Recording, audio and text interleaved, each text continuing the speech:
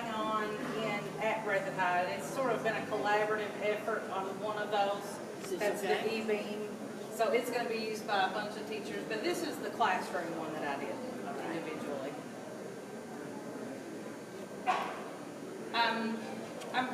Anybody know what an aquaponic garden is? Just first off, anybody? Oh, I got to talk in this fancy. I've never done this. This is cool. So do I have to push anything? No, you're good to go. Yeah. Okay.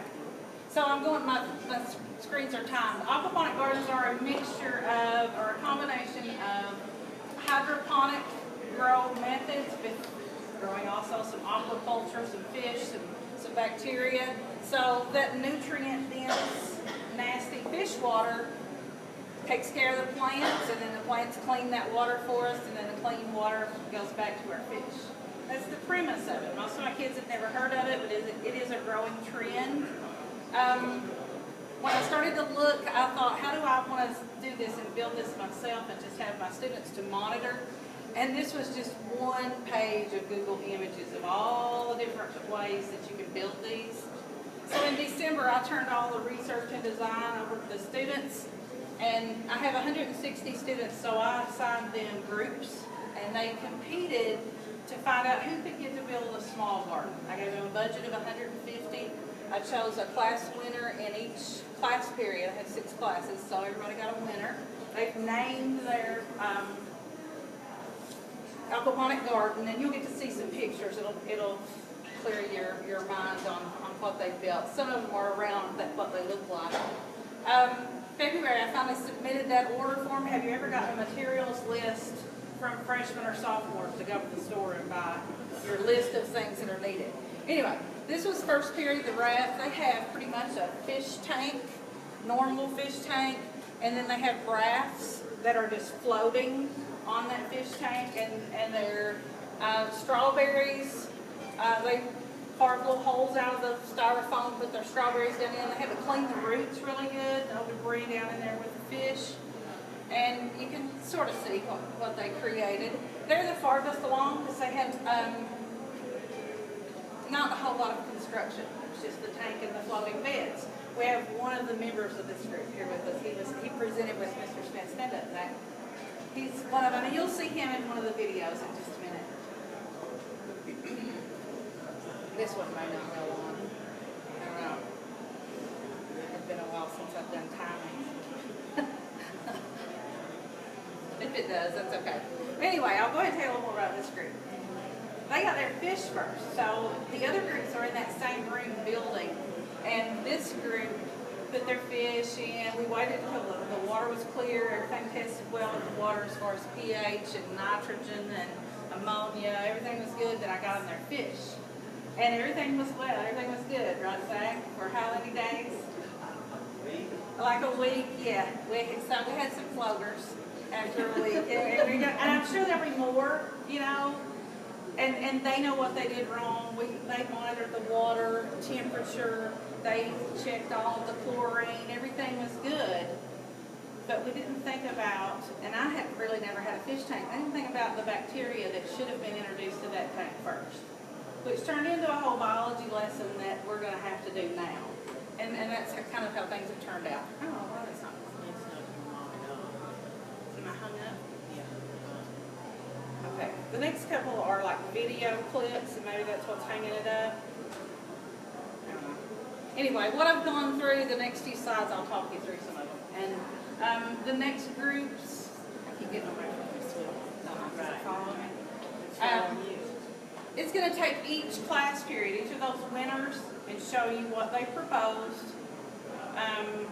We've got the day the first load of materials came, a lot of the construction, and then now we're up to ready to introduce grow media to each of the fish, the plant beds.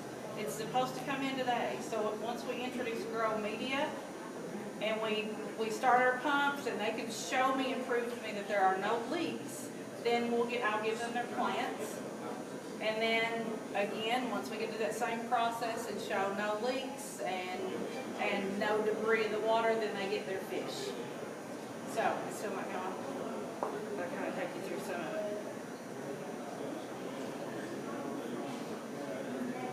it in the show, maybe. This one.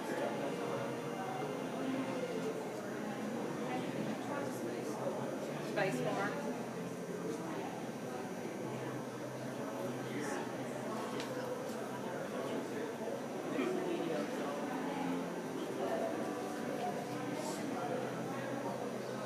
Trying to think of misconceptions. Here's one I can talk about.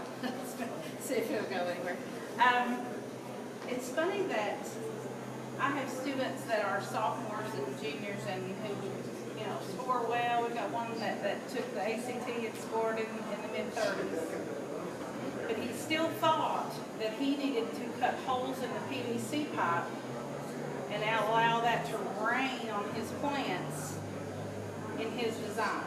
I've not corrected any of their mistakes or their misconceptions because I want them to figure those out and see what they've done and make the changes. But in his mind, those leaves need water. And, you know, we're talking about a kid that, I mean, I thought that was a huge misconception.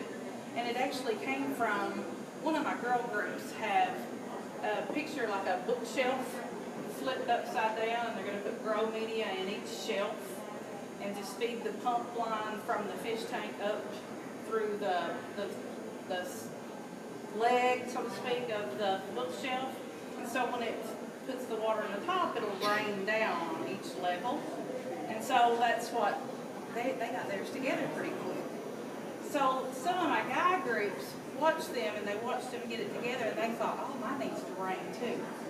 So they started to make changes to fit them. So I've got 3 groups that solidly understand it. We've really never verbalized this. It's just been a process of watching them make mistakes and make changes and work together. 3 groups thought that they needed to have a rain design.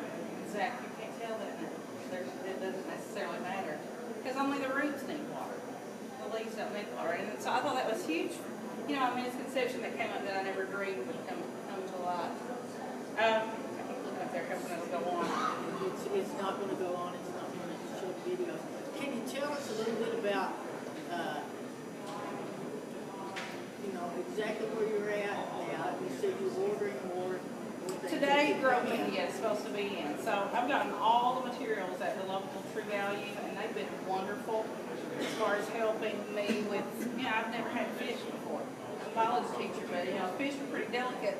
Obviously, we've lost. So we've got to learn the balance. I think I want to bring one of the ladies from the floor that works the floor there at True Value over and just do a little class with the kids that are have to monitor the aquaponic tanks so that they will understand that balance.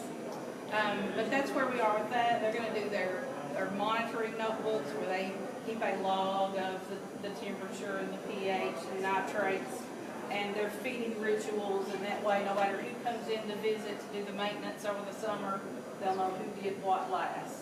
And we'll be able to hopefully continue next year and build on, find out what works, and maybe build one big one next year that we are sure of the design. I hate my kid pictures. I do too. I hate the technology for it. Yeah.